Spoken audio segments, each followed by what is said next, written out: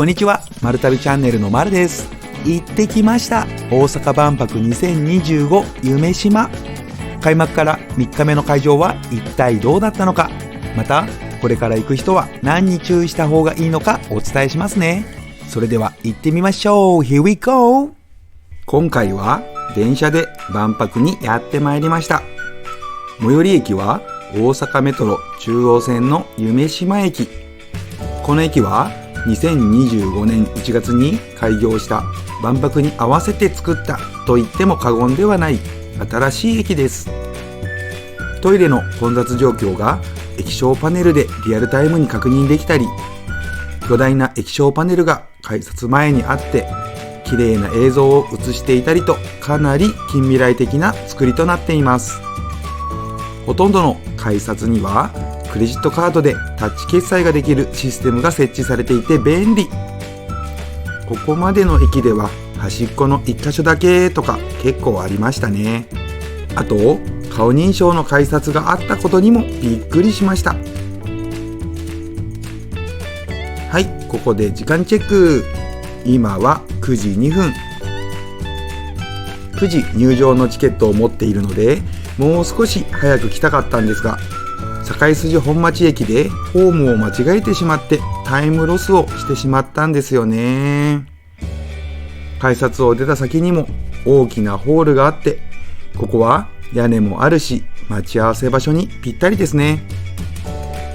大きな広告もおしゃれで日本の雰囲気が出ています。階段を上った先にはとうとう万博の入り口があるのかとワクワクが止まりません。じゃーん。おー、入場ゲートが見えたと、ここで丸旅ポイント。並ぶ前に階段を上った正面にあるここのトイレを使っておくことをおすすめします。結構綺麗で数も多いので快適ですよ。中で混雑して並ぶのは非常に時間がもったいないですしね。では並びに行きましょう。入り口は予約していた入場の時間ごとに分けられているので確認しておきましょう。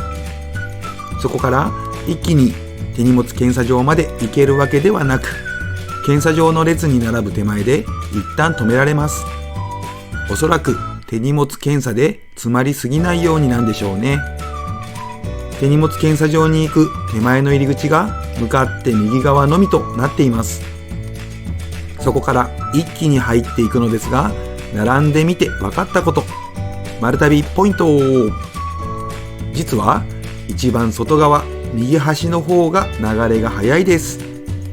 私たちは万博側の柵の近くにいたのですが、全然前に流れてくれなくて危うくもう一回待たないといけなくなるところでした。ではここのゲートを入った後、どこの手荷物検査場の列に並ぶのがいいのかなんですが、前のグループの流れを見ているとどうも左側の列が早そうと見えたので、そこに決定。手前の入り口から一番遠くなるのですが、そこを目指すことにしました。結論から言うとこの作戦は大成功でした。後から別の列からどんどんこちらに流れてきていたので、他の列の方が遅かったんだと思います。こういう少しの時間も無駄にしたくないですよね。さて大阪万博ですが、瓶・缶は持ち込みできないので注意が必要ですね。赤ちゃんのミルクの缶もダメなのかと問題になっていましたね。ペットボトルは持ち込み可能ですが、アルコールは持ち込みできません。ペットボトルは別に検査が必要なので、カバンの中に入れている人はあらかじめ取り出せるようにしておきましょう。あとは自撮り棒もダメなようなので注意が必要ですね。流れは空港の検査場とほぼ同じです。今の時間は9時38分。改札を出て約36分で入場できました。さあ、とうとう入りましたよ。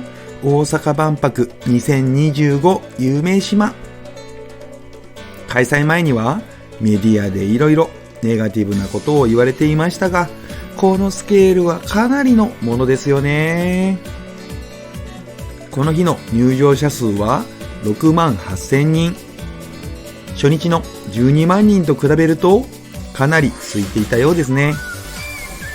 今日は予約が取れているパビリオンが10時半から NTT パビリオン、12時15分からオーストラリアパビリオンとなっています。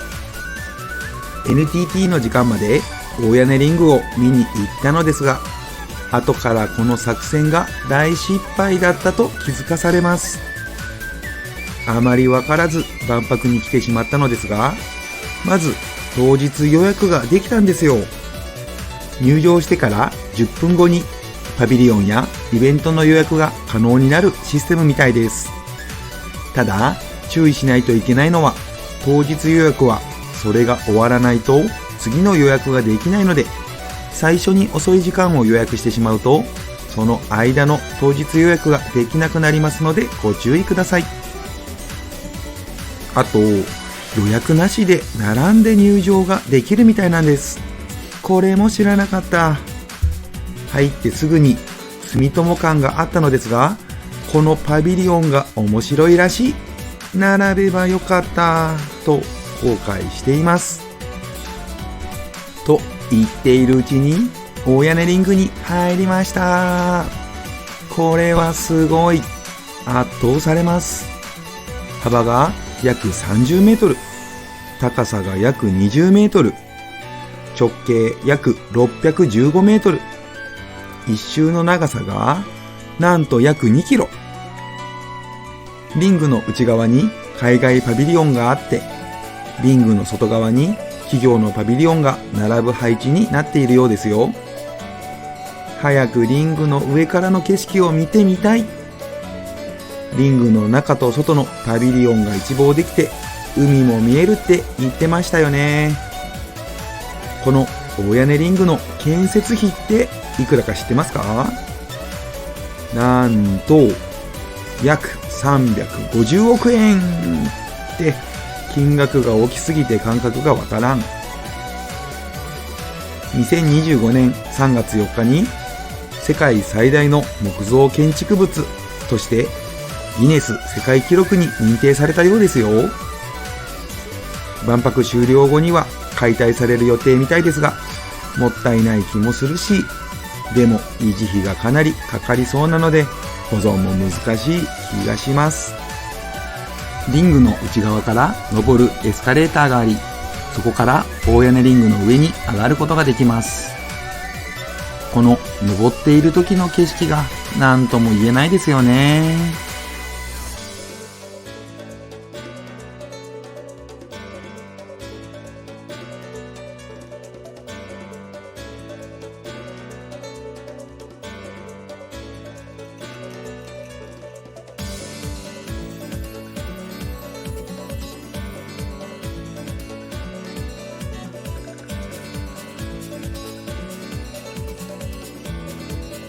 私も行くまで知らなかったんですが、大屋根リングの上にあるスカイウォークは部分的に2段に分かれていて、ずっと平坦な道が続いているんじゃないんですよね。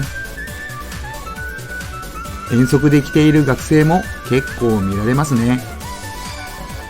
しかしこの日は風がめちゃくちゃ強かった。というか強すぎた。聞いてください、この音。スカイウォークの上をのんびり散歩って感じではなかったですね。でもどうしても2段目からの景色が見てみたいということで頑張って歩きました。でもエスカレーターがある場所からは2段目の頂上が一番遠い。ショートカットはないかと探したんですが、残念ながら見つかりませんでした。でも歩きながらリングの内側にある海外パビリオンの建物を見るのも楽しかったですよ。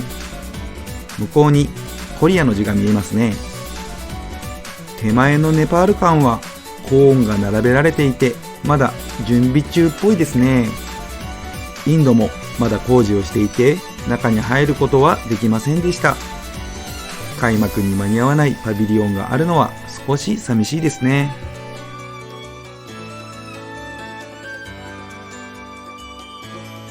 あ、ここに何か入る場所がある。ここは何でしょうか。もしかしたら上に上がれる道があるのか。残念ながらありませんでした。ここからは大屋根リングの骨組みが間近で見られるんですね。木の組み方は清水寺の舞台と同じものを使っていると言っていましたね。高さもあるのでちょっと怖い。でも日本の伝統が生かされているんだって感じることができた空間でした。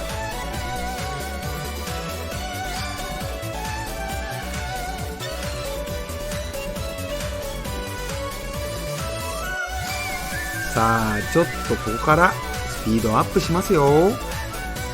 上の段に上がってきました。結構距離があるんでベビーカーの人やご年配の方は大変だと思います。一段上がった場所からの眺めもいいですね。やっと頂上に到着。結構な人が上がってきていますね。下の芝生は夏に向けてこれから茂ってくる感じでしょうか。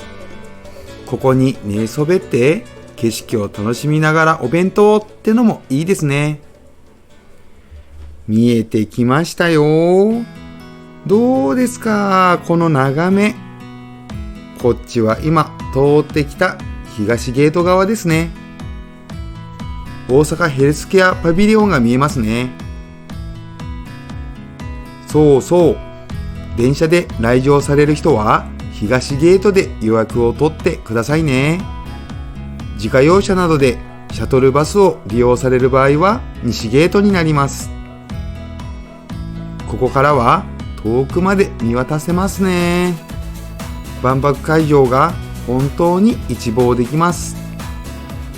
ここまで来るのに結構大変だったんですが、来てよかった。でも順番は間違えましたね。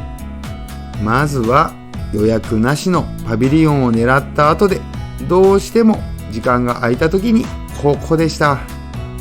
一番最初ではなかったと後々後悔するんですが、まあいい眺めが見れたのでよしとしましょう。皆さんはぜひ私の失敗を参考にしてくださいね。地上に降りてきましたと、目の前に見えてきたあの斬新な建物は、これはポルトガル館。あのデザインは何でできているのかめっちゃ気になりますよね。なんかゆらゆらしてるし。これは無数のロープが上から垂れ下がってきているんですね。しかも結構一本一本が重い。綱引き用のロープが相当な数ぶら下がっていますよ。なんか外人さんと写真撮ってるし、有名な人なんかな。あ、なんかショップみたいなのが見えますね。ちょっと気になるので行ってみましょうか。その国の食べ物など買えるのかなと係の人に呼び止められてしまいました。どうもここは出口らしくて、入り口は向こう側になるみたいです。ってことはパビリオンを通った人でないとショップや中にあるカフェなどは入れないのかとなるとかなり限られてしまうぞ。調べてみると入館者しか利用できないレストランがあるそうです。逆に入館しなくても利用できる場所もあるようなので要チェックですね。この後行くオーストラリア館は外にレストランがあるので入館しなくても利用できました。大屋根リングを歩いていると途中でゲートがありました。これは一体どんな時に使うんでしょうね。知っている人がいたらぜひコメントで教えてください。下から見上げる大屋根リングは壮大ですね。大屋根リングは大阪万博会場デザインプロデューサーで建築家の藤本壮介さんによってデザインされた多様でありながら一つという万博の概念を表すシンボルです。抜き工法と言われる組み方で作られているみたいですね。できるだけ金具を使わずに作っているらしいですよ。この大きさの木材をこのバランスで組み立てられる技術ってかなりすごいんじゃないでしょうか。あっちに見えるのはシャインハットと呼ばれるホールです。音楽、芸能、演劇などを行う施設みたいです。最初のインパクトとして1970年の大阪万博のシンボルだった太陽の塔を思い出したんですが、やはり意識して作られているようですね。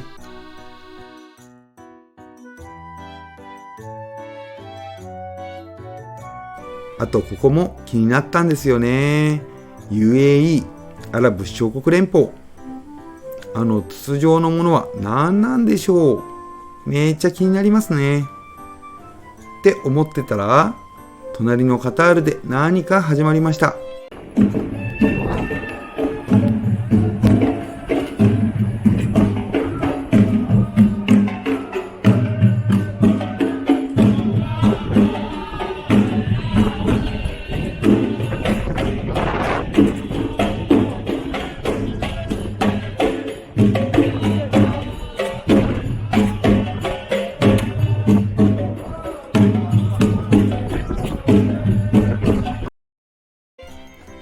この大屋根リングは夜はライトアップされて光り輝くようなんですが、今回はその時間までいることができないので皆さんにお見せできないです。ごめんなさい。次回は夜の噴水ショーも含めてがっつり見て帰ろうと思っていますので、ぜひチャンネル登録して楽しみにしていてくださいね。ここまでの感想ですが、海外からの来場者も結構いるようですね。ただ割合で言うと8割日本人、2割海外からの人って感じでしょうか。柱に何か書かれていますね。これは大屋根リングの施工に関わった事業者なのでしょうか。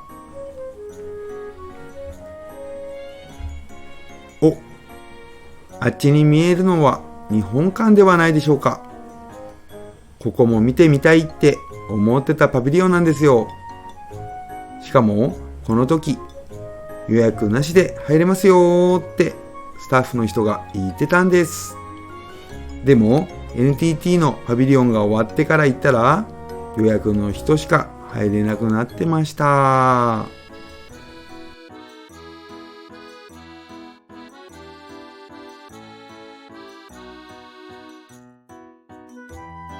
その横がウーマンズパビリオン。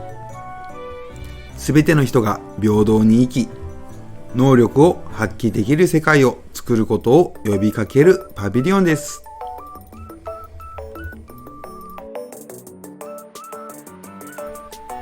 その横が電力館。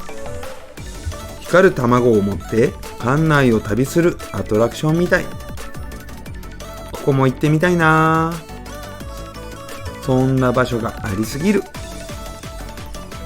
この建物もどうやって作ってるのかなって興味ありすぎる。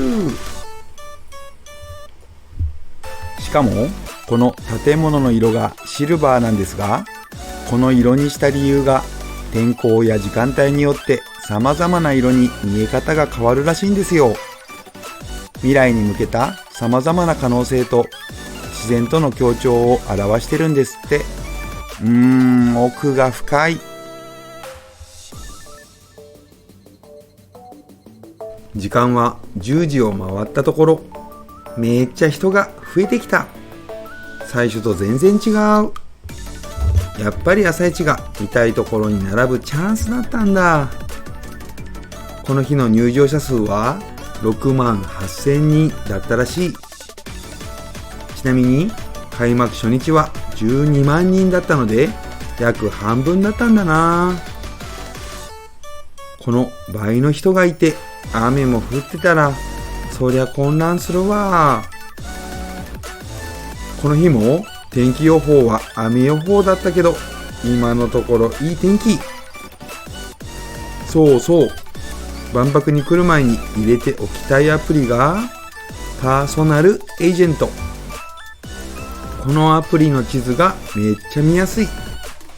拡大縮小も簡単で GPS で今の自分の位置がわかるし、パビリオンの状況も見やすい。これは入れておいた方が絶対いいと思います。ここは大阪ヘルスケアパビリオン。なんと屋根を常に水が流れるという画期的な建物。中では今の健康状態をスキャンしてくれて25年後の自分に出会えるらしい。そんな自分と一緒に未来の都市生活を体験できるってめっちゃ面白そうでしょ。特に併設されているモンハンのアトラクションがめちゃくちゃ面白そうなんですが取れない。次回までになんとか予約が取れるように方法を探そうと思います。このパビリオンの前に何やら球体があるぞ。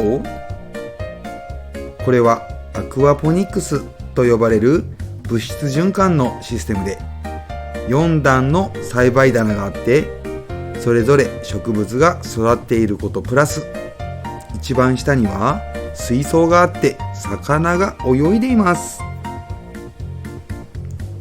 そうこうしているうちに10時15分になったので10時半から予約している NTT パビリオンに向かいます。